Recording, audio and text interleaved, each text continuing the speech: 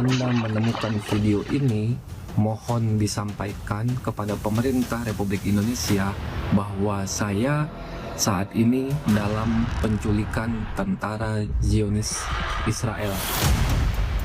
Segera bebaskan saya, segera bebaskan warga negara Indonesia lainnya, dan tetap dukung dan suarakan terus kemerdekaan untuk Palestina.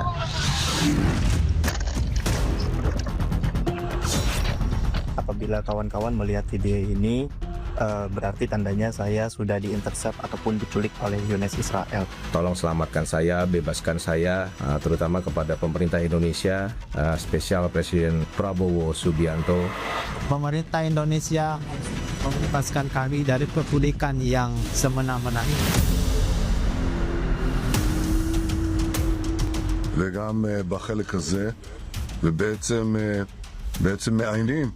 מבטלים תוכנית זדונית שנועדה לפרוץ את הבידוד שאנחנו עושים למחבלי החמאס בעזה. אתם עושים את זה בהצלחה יתרה, ואני חייב להגיד גם בשקט, ובוודאי בפחות...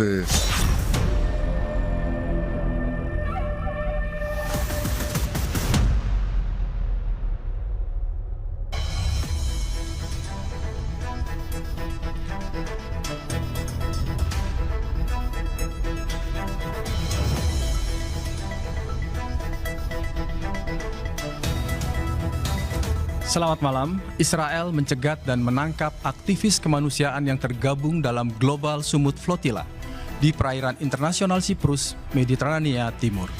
Ada 9 warga negara Indonesia yang ditangkap, termasuk 2 jurnalis Republika dan 1 jurnalis Tempo. Kecaman datang atas tindakan Israel. Pemerintah didesak untuk mengupayakan pembebasan 9 WNI yang masih ditahan Israel. Keanggotaan Indonesia di Board of Peace yang di dalamnya ada Israel pun kembali disoal. Misi kemanusiaan WNI ditangkap Israel, pemerintah bisa apa? Inilah Satu Meja The Forum malam ini bersama saya Yogi Nugraha. Sudah hadir di studio Kompas TV malam ini untuk membahas topik malam ini adalah Dev Laksono, Wakil Ketua Komisi 1 DPR RI dari fraksi Partai Golkar. Selamat malam Mas Dev, apa kabar? Selalu. Alhamdulillah. Ada juga Andi Muhyiddin atau biasa dipanggil Dio, ini sahabat saya dari Pemret Republika. Malam Dio. Ada juga Prof. Hikmahanto Juwana, pakar hukum internasional. Prof. Selamat malam Mas Yogi. Makin sehat. Amin. Makin strong. Pertama saya ke Dio. Dio pertama turut prihatin atas yang terjadi dengan jurnalis Republika. Dan juga para relawan, semoga ada solusi terbaik dan segera bisa dibebaskan. Saya mau bertanya dulu, di awal Anda sebagai Pemret memberikan izin kepada 2 jurnalis untuk bergabung dalam Global Sumut Flotilla itu, seperti apa ceritanya kalau boleh, termasuk sampai mendengar kabar bahwa ada video SOS, persisnya seperti apa kalau boleh ceritakan? Sebenarnya kalau dari awal sebenarnya agak berat ngasih izin. Oh sebetulnya ada perasaan gitu. agak berat. Apalagi pengalaman sebelumnya kan ada intercept gitu ya. Jadi agak serem-serem juga gitu. Tapi kedua jurnalis kami Abeng, panggilannya Abeng gitu ya, dan Todi itu memang dari awal semangatnya tinggi sekali dan dia merasa dia sebenarnya sudah ikut tahun lalu. Jadi memang sudah ada panggilan kemanusiaan dari 2 jurnalis ini? Ya, tahun lalu sudah ikut, tapi hanya di sekitar perairan Tunisia, meliput sekitar situ, tidak sampai berlayar, karena nggak kebagian kapal waktu itu. Jadi terus tahun ini ada ajakan lagi, dia langsung ingin sekali, dia ingin menuntaskan misi ini gitu, yang belum selesai gitu ya. Dan kebetulan waktu itu memang dari GSF, Global Sumut Flotilla itu mensyaratkan bahwa yang boleh berlayar adalah yang pernah ikut tahun lalu. Karena tahun lalu itu sudah banyak pelatihan. Karena kan banyak SOP, banyak protokol gitu ya yang harus mereka siapkan gitu ya. Kalau orang baru mungkin agak mundur lagi kan gitu, dan risikonya juga kan pasti tinggi gitu ya. Jadi akhirnya dengan berat hati gitu dan was-was saya mengizinkan mereka berangkat. Saat itu disampaikan ke Republika, Anda sebagai Pemret, tugas jurnalistik atau memang tugas kemanusiaan atau keduanya? Karena kalau dari kata sumut itu kan diambil dari bahasa Arab ya, artinya kesabaran, keteguhan, ke kesiapan untuk menghadapi kegigihan gitu kira-kira. Artinya dari awal memang, karena kalau tugas jurnalistik agak berbeda, semua ada risikonya. Itu seperti apa persisnya? Dari awal saya selalu bilang nggak cuma ke Abeng dan Todi bahwa tidak ada berita seharga nyawa. Oke. Gitu ya. Clear, setuju saya. Saya selalu bilang bahwa jurnalis itu berbeda dengan relawan. Gitu. Kita punya tugas untuk menyampaikan informasi ke publik gitu ya. Kalau kita kenapa-napa ya nggak sampai informasi itu. Intinya sebenarnya kayak gitu. Tapi karena saya melihat bahwa dua orang ini punya pengalaman ikut pelatihan, berbagai macam pelatihan, akhirnya saya setuju bahwa mereka ikut. Anda berikan izin ini sebagai pemimpin redaksi untuk ya. berangkat. Oke. Sampai ke tanggal berapa mulai mendapatkan informasi? Ya, hari Senin tanggal 18. Terakhir itu Abeng itu mengirim video SOS ke grup kami. Kami bikin grup khusus misi Gaza ini namanya gitu ya. Dia kirim grup SOS. Setelah itu hilang kontak. Hilang kontak. Todi juga. Kebetulan mereka kapalnya terpisah. Oh mereka Kapalnya ada terpisah. di dua kapal yang berbeda. Dua kapal terpisah. Itu juga saya nggak tahu pembagiannya. Saya sih berharap sebenarnya mereka satu kapal biar liputannya itu juga mereka saling backup sama macam. Tapi ternyata terpisah gitu ya. Jadi Todi bahkan lebih siang lagi dia udah nggak ada kabar. Abis itu Abeng terakhir kirim SOS. Ponselnya disita atau gimana sama? Kenapa? Ponselnya. Nah ternyata ada protokol. Ketika udah kelihatan kapal. Pada saat ada tanda-tanda dikejar. Ada tanda-tanda. Mereka menyiapkan video itu SOS gitu ya. Kirim ke kami. Kemudian handphone mereka dibuang ke laut. Oh bukan di situ. Itu udah protokolnya gitu ya. Jadi pada saat hilang kami sudah terima videonya, kami sih sudah yakin bahwa ini intercept ya. Tapi ternyata dari Global Sumut Flotilla itu punya SOP juga gitu ya. Minimal 4 jam setelah video dikirim baru mereka bisa menetapkan status bahwa mereka di-intercept, diculik kayak gitu ya. Dan waktu itu memang malam setelah lewat 4 jam baru kemudian dari dari yang ada di Turki mengabarkan gitu bahwa confirm mereka dicegat. Oke. Saya ke Prof Hik. Gimana Mas Yogi? Begitu muncul berita soal penangkapan intercept oleh Israel, itu langsung rame ini perbincangan. Lah, kan Indonesia ada di dalam Board of Peace. Ketika otoritas mengatakan bahwa ya karena Indonesia tidak punya hubungan diplomatik dengan Israel, kemudian publik ramai menyampaikan bahwa ya kan ada satu forum namanya BOP gitu. Kenapa enggak ke sana? Prof Hik melihatnya seperti apa dalam konteks perlindungan warga negara Indonesia? Oke, pertama yang kita perlu pahami ya dalam konteks perlindungan warga negara, apa yang terjadi sekarang ini dalam Sumut Flotilla ini jangan disamakan dengan ketika tenaga kerja kita berpergian ke luar negeri mencari pekerjaan. Karena mereka bekerja bukan tujuannya untuk tanda kutip ya menjadi seorang martir, menjadi seorang syuhada, bukan.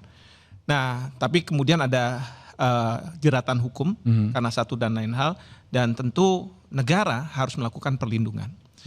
Nah, dalam konteks Sumut Flotilla ini adalah relawan-relawan. Mereka harus sudah siap untuk menjadi martir, untuk menjadi syuhada. Karena mereka tahu yang mereka hadapi adalah Israel. Dan mereka sudah tahu bahwa sebelum masuk ke wilayah laut teritorial Israel ataupun Gaza, itu pasti mereka akan diintercept. Maka tadi Mas Dio mengatakan ada pelatihan, lalu kemudian ada briefing, ada protokol yang harus diikuti. Jadi mereka-mereka ini adalah orang-orang pilihan yang betul-betul mau untuk membesarkan Palestina, memerdekakan Palestina. Jadi misinya itu ada 3. Misi pertama adalah misi kemanusiaan. Kalau mereka bisa lolos, maka mereka akan memberikan obat-obatan dan lain sebagainya kepada rakyat Palestina di Gaza. Yang kedua, penentangan terhadap blokade yang dilakukan Israel di luar wilayah teritorial. Di perairan internasional. Ya, di perairan internasional. Dan yang ketiga, minta agar Israel, kalau kamu melakukan apapun terhadap saya, ingat ada hukum humaniter internasional yang berlaku. Seharusnya kamu tidak melakukannya.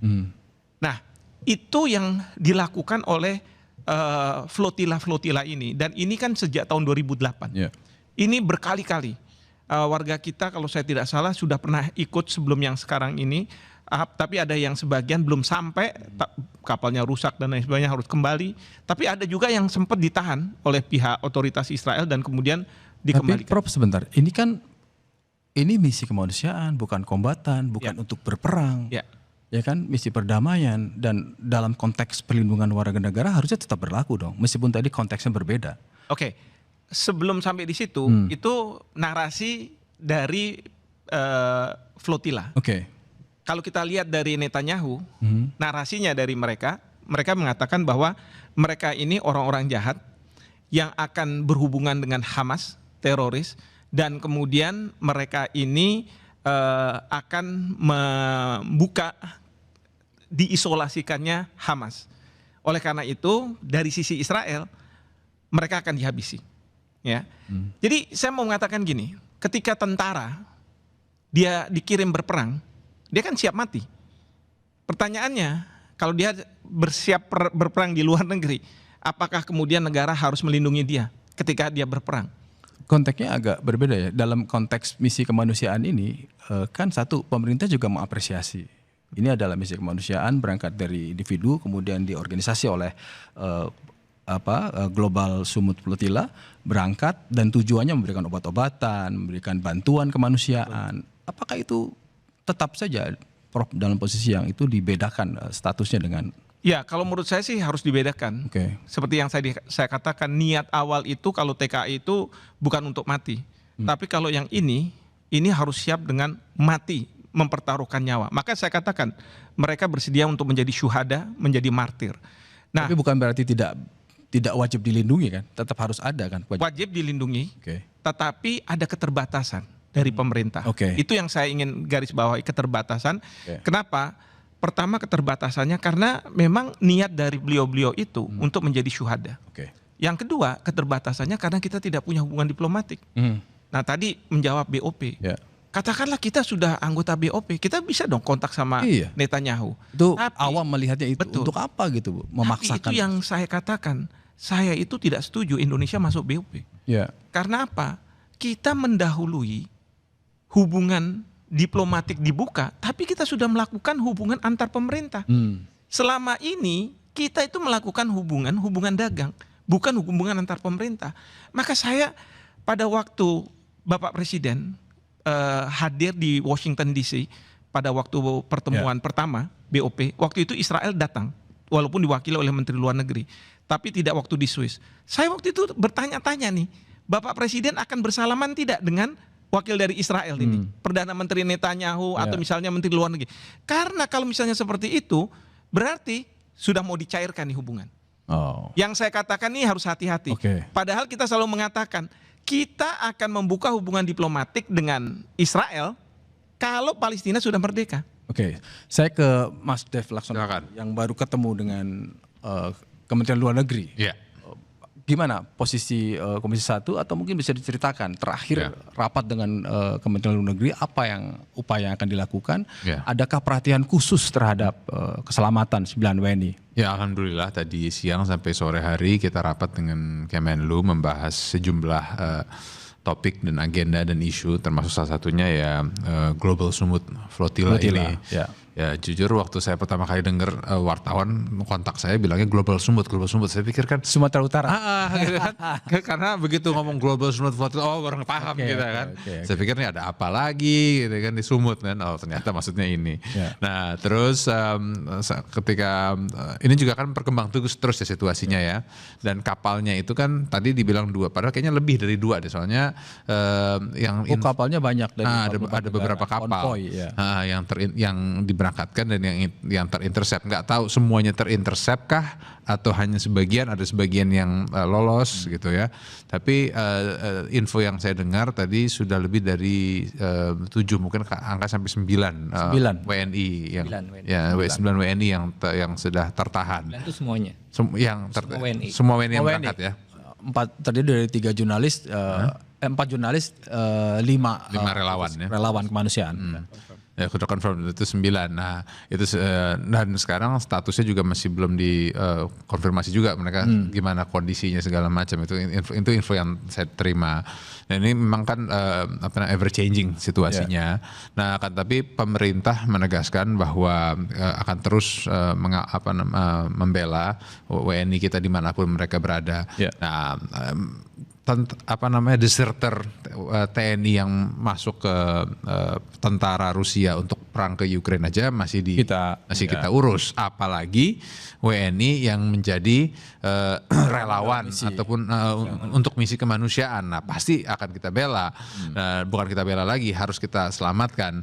Dan pemerintah telah menggunakan jalur diplomasinya, ya, karena ya memang kita tidak memiliki hubungan diplomatik karena kita tidak mengakui Israel, tapi kan kita memiliki hubungan yang sangat erat gitu dengan Jordan, dengan Egypt, dengan negara-negara tetangganya ya.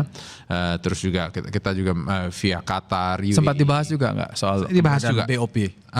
Kalau BOP-nya kan sekarang di hold. Oke. BOP statusnya di hold. Jadi kalau yang soal BOP itu bukan hanya hari ini saja. Dari kemarin kan juga kita rapat dengan Menhan juga sudah disampaikan bahwa BOP currently on hold. Bahkan di hold itu apa? Non aktif atau memang keluar atau? Di hold aja dulu. Belum ada pembahasan lebih lanjut. Diendapkan lah kalau. Ya, karena memang belum ada kegiatan apa-apa lagi. Tapi tidak mengubah status keanggotaan Indonesia. Ya, kita masih memonitor dulu ini perkembangannya sejauh mana, karena kan situasi di Hormuz masih berjalan. Apakah dan Amerika menyatakan bahwa misi di Iran sudah rampung, walaupun nggak jelas juga objektifnya apa dari awal itu ya.